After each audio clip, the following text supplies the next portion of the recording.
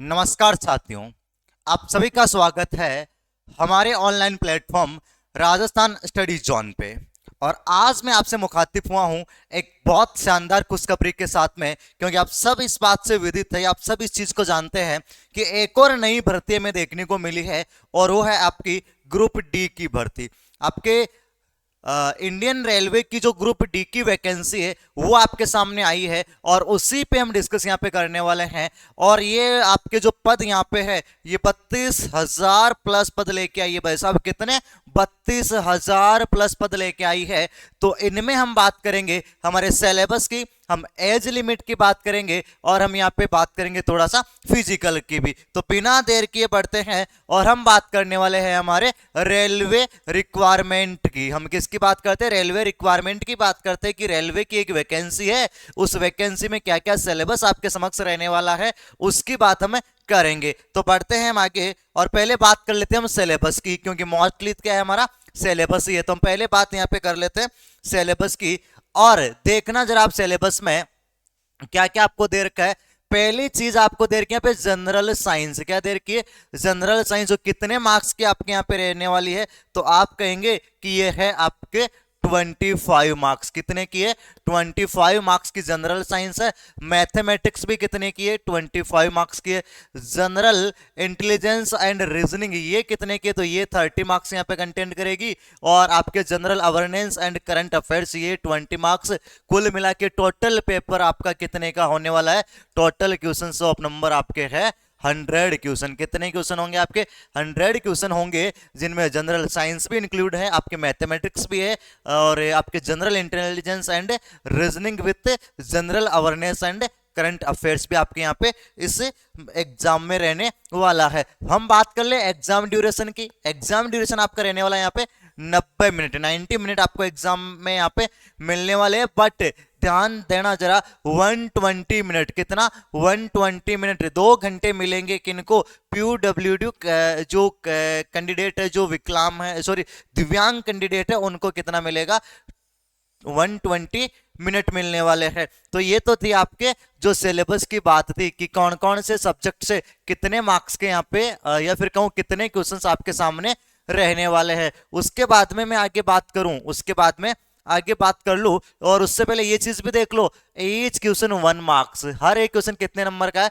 1 number का है। मतलब 100 into 1 is equal to 100। 100 number का पेपर आपके यहाँ पे रहने वाला है। कितने नंबर का रहने वाला है? 100 नंबर का पेपर आपके रहने वाला है। लेकिन एक चीज पे फोकस करना यहाँ पे, और वो ये है कि there will be negative marking and 1/3 marks shall be deducted for each wrong answer. यहाँ पे नेगेटिव मार्किंग भी रहने वाली है। कितनी?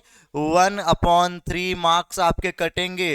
कितने? 1.3 मार्क्स कटेंगे। कब? जब अगर आप एक क्वेश्चन को रॉन्ग करेंगे तो आपके इतने मार्क्स काट लिए जाएंगे। ये आपकी नेगेटिव मार्किंग यहाँ है।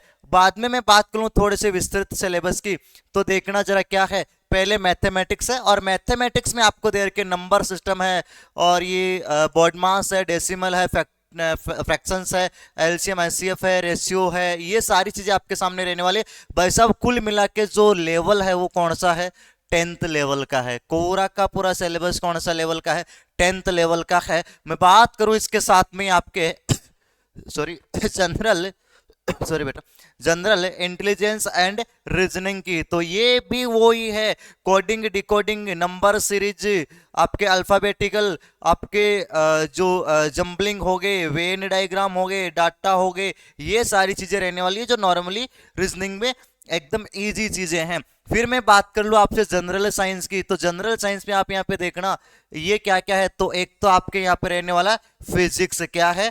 फिजिक्स। और एक चीज ध्यान में रखना, ये फिजिक्स किस लेवल की? 10th लेवल की। किस लेवल की? 10th लेवल की। केमिस्ट्री भी किस लेवल की? 10th की। और लाइफ ऑफ साइंस और आगे देखना 10th स्टैंडर्ड। कौन सा लेवल रहने वाला है? 10th स्टैंडर्ड रहने वाला है। तो भाई साहब एक ही काम करना, जो NCERT की बुक है 10th की साइंस, बड़ी जबरदस्त बुक है, वो पढ़ लेना, खत्म। उतने में सिलेबस खत्म। फिर मैं बात करूं आपके जनरल अवेयरनेस की, बड़ी शानदार लाइन यहाँ पे लिखी है, फोकस देखिएगा आप कि general awareness on current affairs. जो जनरल अवेयरनेस आएगी ना आपकी, वो करंट अफेयर से रिलेटेड ही होगी। बड़ी अच्छी बात है ये। हो फिर साइंस से रिलेटेड हो, टेक्नोलॉजी हो, चाहे स्पोर्ट्स हो, कल्चर हो, ये जो भी चीजें हो, ये सारी क्या होगी, करंट अफेयर से रिलेटेड ही पूछी जाएगी। तो यहाँ करंट अगर आप पढ़ते रहेंगे तो आपकी जो जनरल अवेयरनेस है ऑटोमेटिकली कवर होती जाएगी। और जैसा आप जानते हैं कि मैं इस चैनल पे आपके सामने लेके आता हूँ हर बार जो क्लास है वो साइंस की। किसकी लेके आता हूँ आपके सामने? आप कहेंगे साइंस की। तो मैं आपसे ये बता दूं कि आपके जो साइंस के 25 मार्क्स है ना, ये नहीं कटने देने वाला, ये नहीं कटने देने वाला, क्योंकि हम हर रोज साइंस की क्लास यहाँ पे आपके सामने रखते हैं। उसके बाद में मैं आगे बात कर लूँ आपसे कि आपकी एज लिमिट की। तो एज लिमिट में ध्यान में रखिएगा, यूआर ईवीएस के लिए जिनकी एज या फिर जिनकी जन्म दिनांक 1989 से पहले की है, वो फॉर्म फिल नहीं कर सकते। और ओबीसी या नॉन क्रीमी लेयर की है, उनमें 1986 के पहले जिनकी डेट ऑफ बर्थ है वो नहीं भर सकते। SC/ST में जिनकी 1984 के, वो नहीं भर सकते। और ऑल कम्युनिटीज की बात करूं तो जिनकी जन्म डेट 2007 से बाद की है, वो नहीं भर सकते। फिर अगली में स्लाइड की बात करूं तो यहाँ पे आपको एज में छूट भी मिलती है कैटेगरी के अकॉर्डिंग। तो ये तो आप सब जानते हो कि 3 ईयर 4 ईयर ये जो SST में जो आपको मिलते से यहाँ पे 5 ईयर मिल रही है। इसका मतलब ये हुआ कि जैसे यहाँ पे एज लिमिट आपकी दे रखी है 18 से 36 साल का फॉर्म यहाँ पे कोई भी भर सकता है। अगर बेटे की साल 18 है तो वो भी भर सकता है, पिता की अगर 36 है तो वो भी भर सकता है। बाप बेटे दोनों फॉर्म यहाँ पे भर सकते हैं, है ना। ये आपको यहाँ पे ध्यान में रखना। अगर मान के चलो आप SC/ST से बिलोंग करते हो तो आपके 36 में क्या प्लस कर देंगे, 5 ईयर, मतलब 41 ईयर तक अगर आप है SC में तो फॉर्म फिल कर सकते हैं।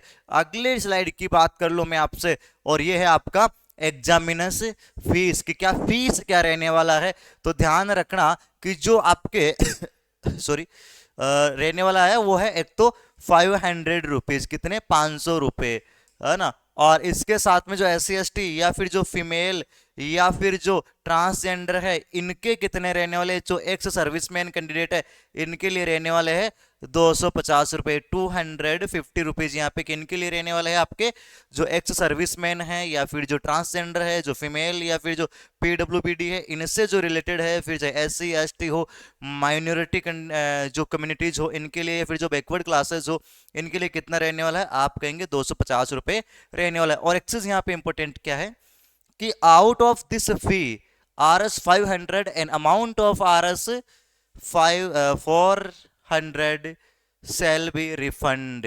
भाई साहब इन 500 में से आपके वापस कितने आ जाएंगे, 400 रुपए आ जाएंगे। कब? जब आप पहला CBT दे देंगे, जब आप कंप्यूटर बेस्ड टेस्ट दे देंगे, उसके बाद में आपके 400 रुपए आपके रिफंड कर दिए जाएंगे। इन शॉर्ट आपके कितने रुपए लगे, 100 रुपीज लगे। यहां से अच्छी बात इधर देखना, अगर कोई फीमेल फॉर्म भर रही है, कोई ट्रांसजेंडर फॉर्म भर रहा है, एक्स आर्मी मैन फॉर्म भर रहा है, SC/ST वगैरह ये भर रहे हैं, तब आपको कितना रिफंड होने वाला है, पूरे के पूरे रुपए। ये देखो क्या लिखा है कि आपको 250 रुपए रिफंड होने वाले हैं। कितने रिफंड होंगे यहाँ पे, 250 रुपए आपको रिफंड होंगे। ये आप यहाँ पे ध्यान में रखना। आगे बात कर लूं मैं आपसे, तो ये आपका है फिजिकल के बारे में थोड़ा सा मैं बता देता हूं। तो देखो क्या लिखा है मेल कैंडिडेट के लिए कि should be able lift and carry 35 kg। कितना, 35 kg वजन आपसे उठवाया जाएगा और उसको आपको कैरी करना पड़ेगा, लेके जाना पड़ेगा। कितना दूर, 100 मीटर इन 2 मिनट। 2 मिनट के अंदर आपको 100 मीटर तक 35 किलो वजन को उठा के लेके जाना है। फिर without putting in the weight down, और आपको इस वेट को कहीं पे भी नहीं रखना है। फिर देखो आगे वाली, should be able to run distance 1000 metre. 1000 मतलब 1 किलोमीटर आपको रन करवाया जाएगा, और वो भी टाइम कितना दिया जाएगा, 4 मिनट 15 सेकेंड। कितना दिया जाएगा, 4 मिनट 15 सेकंड। 4.25 मिनट का आपको टाइम मिलेगा, आपको 1 किलोमीटर की रनिंग करनी होगी। फीमेल कैंडिडेट्स के लिए देख लो, 20 किलो का वजन उठाना है, सेम कंडीशन है, 100 मीटर है, 2 मिनट में करना है ये काम। और अगला क्या है यहाँ पे, वही है 1000 मतलब 1 किलोमीटर की रनिंग है, बट आपका टाइम यहाँ पे इंक्रीज है फीमेल कैंडिडेट्स के लिए, और वो है 5 मिनट 40 सेकंड। कितना है, 5 मिनट 40 सेकंड में वो टाइम इनको कवर करना होगा। इस टाइम में आपको क्या करना होगा, ये डिस्टेंस कवर करनी होगी, कितनी, 1 किलोमीटर, ये फीमेल कैंडिडेट के लिए यहाँ पे रखा गया है। तो ये था इसका मेन चीजें। और इसके साथ में 2-3 चीजें आपके लिए और बता दूं कि आपका जो फॉर्म स्टार्ट हो चुका है, फॉर्म स्टार्ट ये कब से हो चुका है, तो भाई साहब कल से हो चुका है। 23 जनवरी 2025 से फॉर्म भरे जाने स्टार्ट हो चुके हैं।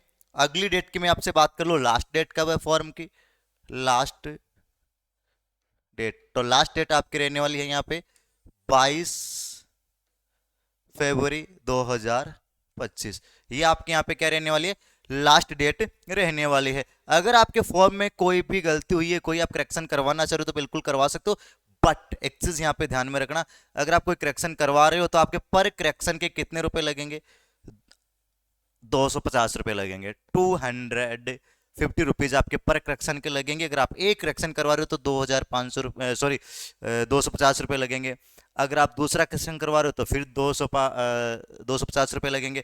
तो यहाँ पे आप गलती तो करना ही मत फॉर्म फिल करते वक्त। ये था आपका इस वैकेंसी से रिलेटेड जो बेसिक या जो चीजें आपको जाननी चाहिए थी वो मैंने आपको बताने की कोशिश यहाँ पे की है आपका। इसके साथ में एक चीज और मैं बता दूं कि हम राजस्थान स्टडी जोन पे एक तो आपके जीएस और एक आपके मैथ, ये दो ऐसे सब्जेक्ट है जो आपके हम पढ़ा रहे हैं, हम कवर करवा रहे हैं, और ये हम करवा रहे हैं एनसीईआरटी बेस, एनसीईआरटी बेस। तो जुड़े रहिए आप हमारे साथ में।